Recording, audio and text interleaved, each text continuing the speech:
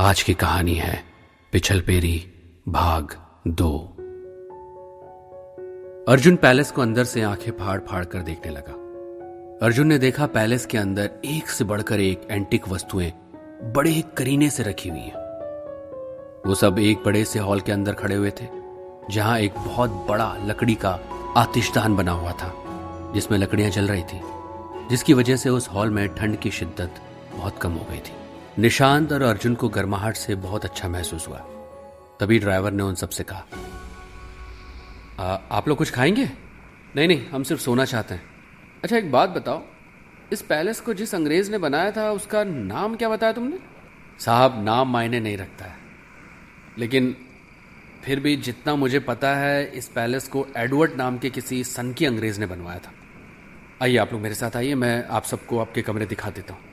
आप सब वैसे ही बहुत थके हुए हैं। ड्राइवर ने बिल्कुल सही कहा था।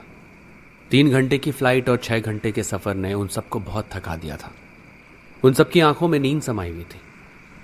ड्राइवर उन सबको बालकनी की ओर ले गया, जहां लाइन से 3 कमरे बने हुए थे। ड्राइवर अर्जुन की ओर देख रहा था। साहब, सभी कमरों के अंदर भी आतिशदान जल रहे हैं। आपके आने से पहले भीमा ने सभी कमरों की अच्छे से सफाई कर दी थी। भीमा? ये भीमा कौन है? ये तो हमें नजर नहीं आया। वो यहीं पास के गांव में रहता है साहब, सुबह तक आ जाएगा। अब मैं भी चलता हूँ साहब, कल दोपहर को आऊँगा आपसे मिलने। वैसे भी आप तो परसों से ही ड्यूटी ज्वाइन करने वाले हैं, है ना? तब तक थोड़ा आराम कीजिए, रेस्ट कीजिए, माहौल में थोड़ा रम जाइए साहब। इतना कहकर ड्राइवर वहां से चला जाता है। विनी अपने दादा दादी के साथ एक कमरे में जाकर सो गई। निशांत ने अपने लिए एक अलग कमरा चूज कर लिया। निधि और अर्जुन एक अलग कमरे में चले गए। निधि को बिस्तर पर लेटते ही नींद आ गई। कुछ ही देर में वो खर्राटे लेकर सोने लगी, मगर अर्जुन की आंखों में नींद कोसों दूर थी। तभी अर्जुन को बाहर बिजली कड़कने की आवाज सुनाई दी। अर्जुन ने खिड़की खोल दी। उसने देखा बाहर बहुत तेज बारिश हो रही थी। अर्जुन खिड़की बंद करके बेड पर दोबारा लेट गया और इस पैलेस के बारे में ही सोचने लगा। सच तो यह था कि उसने अपनी जिंदगी में इतने आलीशान पैलेस को पहली बार देखा था। अर्जुन सोचने लगा कि आखिर एडवर्ड ने क्या सोचकर इस पैलेस को इतने घने जंगल में बनवाया होगा। अर्जुन ये सारी बातें सोच ही रहा था कि तभी उसके कानों में बाहर किसी के कदमों की आहट टकराई। कदमों की आहट सुनकर अर्जुन के कान खड़े हो गए। वो तुरंत अपने बिस्तर से उठकर दरवाजे की ओर गया और कान लगाकर उन कदमों की आहट को बहुत गौर से सुनने लगा। गौर से सुनने पर अर्जुन ने पाया कि कोई उसके कमरे के बाहर चहलकदमी कर रहा था। अर्जुन के दिमाग में तरह तरह के ख्याल आने लगे। उसने सोचा कि कहीं निशांत की या उसके माँ और पिताजी की तबीयत तो खराब नहीं हो गई। शायद वो शर्म या संकोच के कारण उसे बुला नहीं पा रहे हो। यही सोचकर अर्जुन ने आहिस्ता से दरवाजा खोल दिया। बाहर गैलरी में 0 वाट का बल्ब हल्का हल्का प्रकाश फैला रहा था। अर्जुन ने देखा कि वहां पर बाहर कोई भी मौजूद नहीं था। तभी अर्जुन की निगाह फर्श पर चली गई। अर्जुन को फर्श पर किसी के पांव बने हुए दिखाई दिए। ये देखकर अर्जुन की आंखें दहशत से फटी की फटी रह गई, क्योंकि उसने अपने जीवन में इतने लंबे और चौड़े पांव के निशान नहीं देखे थे। अर्जुन उन पांव के निशान को गौर से देखने लगा। अर्जुन ने देखा कि पैर के निशान उससे थोड़ी दूर सामने बने एक कमरे की तरफ जाकर खत्म हो गए थे। अर्जुन धीरे धीरे कदमों से उन निशान की ओर बढ़ता चला गया। कुछ ही देर में वो उस कमरे के दरवाजे के सामने खड़ा हुआ था, जहां पर पांव के निशान खत्म हो रहे थे। अचानक दरवाजा एक तेज हवा के झोंके के साथ हल्का सा खुल गया। दरवाजे की चरमराहट की आवाज पूरे पैलेस में गूंज गई। पता नहीं क्यों अर्जुन का दिल बहुत तेज से धड़कने लगा और उसके रोंगटे खड़े होने लगे। एक पल को अर्जुन को ऐसा लगा कि उसे वापस चले जाना चाहिए, मगर उसके मन के अंदर उठी जिज्ञासा ने उसे वापस जाने से रोक दिया। अर्जुन ने अपने अंदर थोड़ी हिम्मत पैदा की और तुरंत दरवाजा खोलकर उस कमरे के अंदर घुस गया।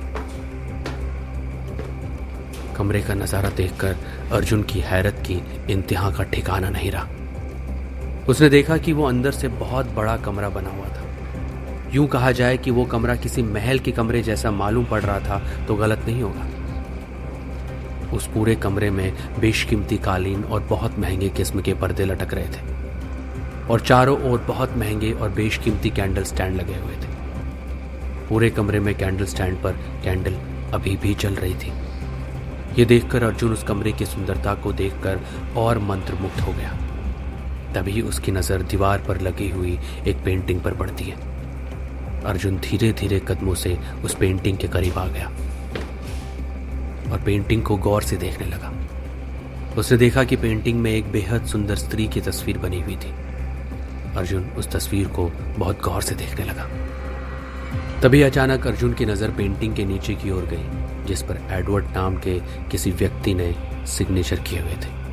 अर्जुन समझ गया था कि यह पेंटिंग उसी अंग्रेज की बनाई हुई होगी जिसने इस पैलेस को बनवाया था। तभी उस कमरे में तेज हवाएं चलने लगती हैं, लेकिन इतनी तेज हवाएं चलने के बावजूद उस कमरे में जलती हुई एक भी कैंडल नहीं बुझती। अचानक अर्जुन को ऐसा महसूस हुआ जैसे कोई बहुत तेजी से उसके सामने से निकलकर चला गया हो। अर्जुन हक्का बक्का इधर उधर देखने लगता है। अर्जुन के रोंगटे खुद ब खुद खड़े होने लगे। उसे एक अनदेखी शक्ति का उस कमरे में एहसास होने लगा और यह एहसास उसे बहुत डरावना महसूस हो रहा था। अर्जुन बड़ी फुर्ती से उस कमरे से बाहर निकलने ही वाला था कि तभी उसके कानों में किसी स्त्री की खनखनाती हुई आवाज टकराई। कौन हो तुम और मेरे कमरे में क्या कर रहे हो? आवाज अर्जुन के पीछे से आई थी।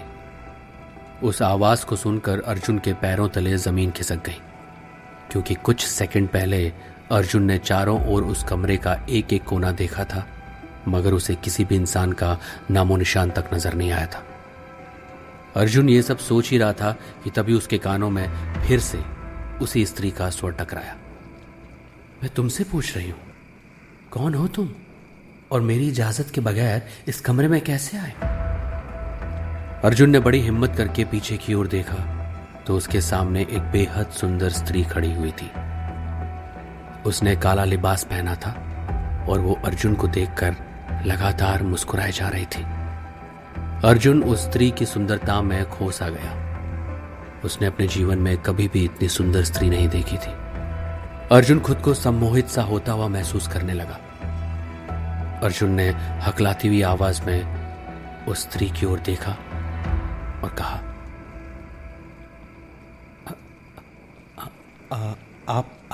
आप कौन है? सवाल ये नहीं है कि मैं कौन हूं, सवाल ये है कि तुम कौन हो और मेरे कमरे में क्या कर रहे हो? मुझे तो आपके बारे में किसी ने नहीं बताया। क्या मतलब है तुम्हें मेरे बारे में किसी ने नहीं बताया? अर्जुन ने एक ही सांस में उस स्त्री को सारी बातें बता दी कि वो एक फॉरेस्ट ऑफिसर है जो अपनी पत्नी, बेटे, अपने साले और माता पिता के साथ यहाँ पर आया है और सरकार ने उसे ये पैलेस रहने के लिए दिया है। अर्जुन की बात सुनकर वो स्त्री अर्जुन की ओर देखती हुई बोली, शायद मेरे बारे में बताना वो लोग भूल गए होंगे, लेकिन कोई बात नहीं। बरसों बाद मेरे कमरे में कोई इंसान आया है जिसे देखकर मुझे अच्छा लगा। चलो जाओ। उस सुंदर स्त्री की बात सुनकर अर्जुन उस कमरे से बाहर निकलने ही वाला था कि तभी उसके दिमाग में एक सवाल बिजली की रफ्तार से दौड़ गया। उसने तुरंत उस स्त्री की ओर देखकर कहा, जी मैंने आपके कमरे के बाहर किसी की चहलकदमी की आवाज सुनी। जब मैं बाहर आया तो फर्श पर अजीब से बहुत लंबे और चौड़े पैरों के निशान बने हुए थे और जब मैंने देखा तो वो आपके कमरे की तरफ आ रहे थे। अर्जुन की बात सुनकर वो स्त्री अर्जुन को बहुत गौर से देखती हुई बोली, देखिए आपको कोई गलतफहमी हुई होगी, मैंने तो ऐसे कोई निशान नहीं देखे। चलिए जाइए, अब आप जा सकते हैं। अर्जुन नीची नजरें करके उस कमरे से बाहर चला गया, मगर कमरे से बाहर निकलकर उसकी नजरें जैसे ही फर्श पर पड़ी तो अब वहां पर कोई निशान मौजूद नहीं थे। अर्जुन हैरत से धीरे धीरे कदमों से चलता हुआ अपने कमरे में जाकर आंखें बंद करके लेट गया और आंखें बंद करते ही अर्जुन की आंखों में उस सुंदर स्त्री का चेहरा घूम रहा था। अर्जुन काफी देर तक उस सुंदर स्त्री के बारे में सोचता रहा। अचानक उसके दिमाग में एक ख्याल आया। उस ख्याल के आते ही अर्जुन अपनी बेवकूफ़ी पर गुस्सा होने लगा कि उसने उस सुंदर स्त्री का नाम तो पूछा ही नहीं। यही सारी बातें सोचते सोचते अर्जुन नींद की वादियों में कब चला गया उसे पता ही नहीं चला। मगर सच तो ये था, अर्जुन उस स्त्री का सिर्फ नाम ही पूछना नहीं भूला था, बल्कि वो बहुत कुछ भूल गया था। अर्जुन उस सुंदर स्त्री को देखकर यह भी भूल गया था कि उसने उसी स्त्री की तस्वीर दीवार पर टंगी हुई पेंटिंग में देखी थी।